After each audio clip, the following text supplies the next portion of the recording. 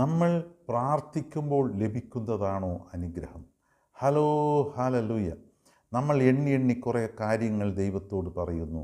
അതാണ് പ്രാർത്ഥന എന്ന് നമ്മൾ ധരിച്ചിരിക്കുന്നു. യഥാർത്ഥ പ്രാർത്ഥന എന്താണ്? ദൈവം ആഗ്രഹിക്കുന്ന കാര്യങ്ങൾ ചെയ്യുന്നതാണ് യഥാർത്ഥ പ്രാർത്ഥന. ഈശോ പറയുന്നു, ആദ്യം അവിടുത്തെ രാജ്യവും അവിടുത്തെ നീതിയും അന്വേഷിക്കുക, അപ്പോൾ മറ്റുള്ളവയെല്ലാം നമുക്ക് ലഭിക്കും. വയലിലെ ലില്ലികളെ ഒന്ന് നോക്കുക. അതിനെ ആരും കൃഷി വളർത്തുന്നതല്ല, അത് തന്നെത്താൻ വളരുന്നതാണ്. ദൈവ പരിപാലനയിൽ വളരുന്നതാണ്. അതിൻ്റെ സൗന്ദര്യം നോക്കുക. സോളമൻ്റെ സർവമഹത്വത്തിലും ഇത്രയും സൗന്ദര്യം ഉണ്ടായിട്ടില്ല.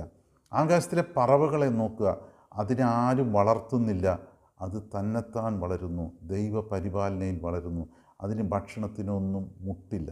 അപ്പോൾ നമ്മൾ ശ്രദ്ധിക്കേണ്ട ഒരു കാര്യം എന്താണ്? ദൈവം ആഗ്രഹിക്കുന്നത് പോലെ നിന്നു കൊടുക്കുക. നമ്മൾ ദൈവത്തോട് അങ്ങോട്ട് ചോദിച്ച് ദൈവത്തിൻ്റെ യജമാനനാകരുത്. ദൈവമാണ് നമ്മുടെ യജമാനൻ. ആ ലില്ലിച്ചെടികളെ പോലെ, ആകാശത്തിലെ പറവകളെ പോലെ നിൽക്കുക. ദൈവ പരിപാലനയിൽ നിൽക്കുക. ദൈവം നമ്മളെ വളർത്തും. എന്തൊക്കെ ചെയ്യണം? നമ്മൾ തെറ്റ് ചെയ്തിട്ടുണ്ടെങ്കിൽ ഏറ്റുപറയുക, കുമ്പസാരത്തിൽ ഏറ്റുപറയുക, പരിശുദ്ധ കുർബാനയിൽ പങ്കെടുക്കുക, ദിവികാരനെ സ്വീകരിക്കുക, വചനം വായിക്കുക, ജപമാല ചൊല്ലുക, നന്മ ചെയ്യുക, മറ്റുള്ളവരെ സഹായിക്കുക. ഇത്രയും കാര്യം ചെയ്താൽ നമ്മൾ ദൈവ പരിപാലനയിൽ ജീവിക്കുന്നവരായി മാറും. നമ്മളെ ദൈവം ആ ലില്ലിച്ചെടിയെപ്പോലെ തന്നെ അനുഗ്രഹിക്കും. Hello, hallelujah.